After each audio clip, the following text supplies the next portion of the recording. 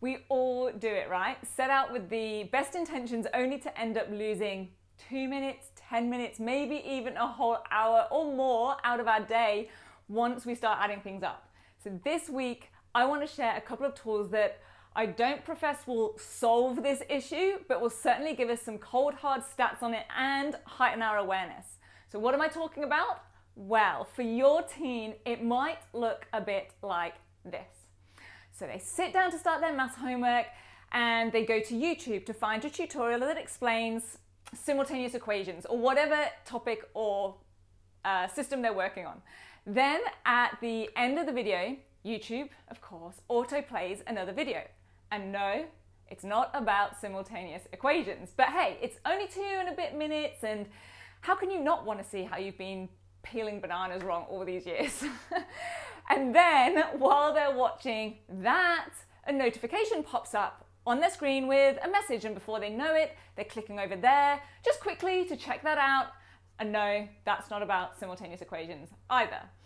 Or how about this? They took a photo of the diagram the teacher made on the board today, or their friend has texted over the notes that they took in history class while they were at a guitar lesson. And well, hey, wouldn't you know it? As they grab their phone to get that information, there's now a new Instagram notification on the front screen. How can they ignore that? And they're just gonna tap on that because it's gonna be like 5 seconds, right?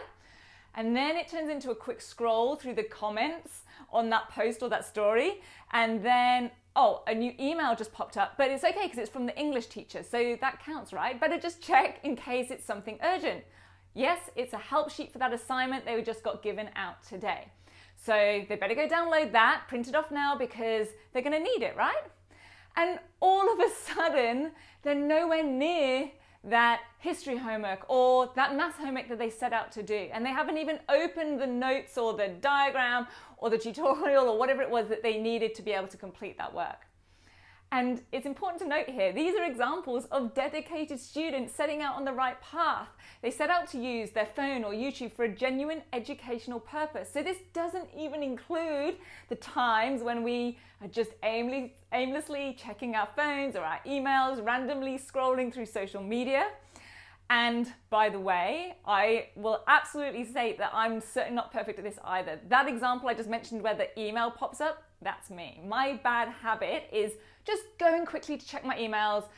Often just if I'm at the end of a paragraph, if I'm typing something, instead of going into that next paragraph, I find myself just checking over my inbox, and it's kind of like a little breather, except that of course it's not a break at all, because then of course, yes, there's a new email, and then that has totally taken my attention away from what I was doing. So I know you're probably watching this going, Katie, yes, you're not really telling me anything new here. Of course, this is a problem for teenagers today and for a lot of people. So how do we solve it? Well, I'm gonna share, like I said, a couple of tools that can help us at least monitor and give us some more awareness around this, because the world is continuously pulling on our attention, and the temptation to engage in those distractions is huge for many teens. But as always, awareness is the first half or the first step in dealing with an issue. So the first tool I want to mention is actually already built into our phones, which is pretty handy. So I'll include also a couple of screenshots in the blog notes for this so that you can scroll down for those and see in a little bit more detail. But first of all, on the iPhone, if you go into settings, then battery, and then battery usage, you can then tap on the little clock icon. And that shows a breakdown of how much time has been spent in each and every app on the phone. Or for something a bit more sophisticated, also in settings is something called screen time.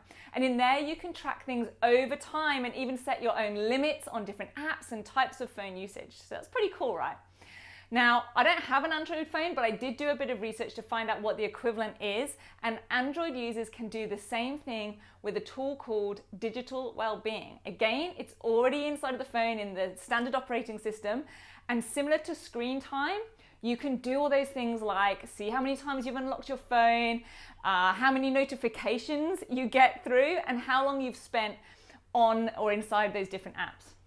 Now, if nothing else, it can at least be a little bit interesting and eye-opening to see if there are any surprises perhaps or habits that maybe you were or weren't aware of, and actually seeing that time add up on how much time we're spending on there each day can, like I said, heighten our awareness.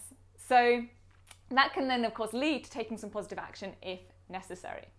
So I'm Katie Price, Great Transformation Expert, and I know this is a huge challenge to society today, so I'm interested to know if you have any other tips or tricks that would be useful to share around this topic, then please go ahead, comment below, or email them in to me. It's katie.price@rocksolidstudy.com.au, and I'll be sure to share them with our Great Transformation community. And until next week, let's make this a fantastic week.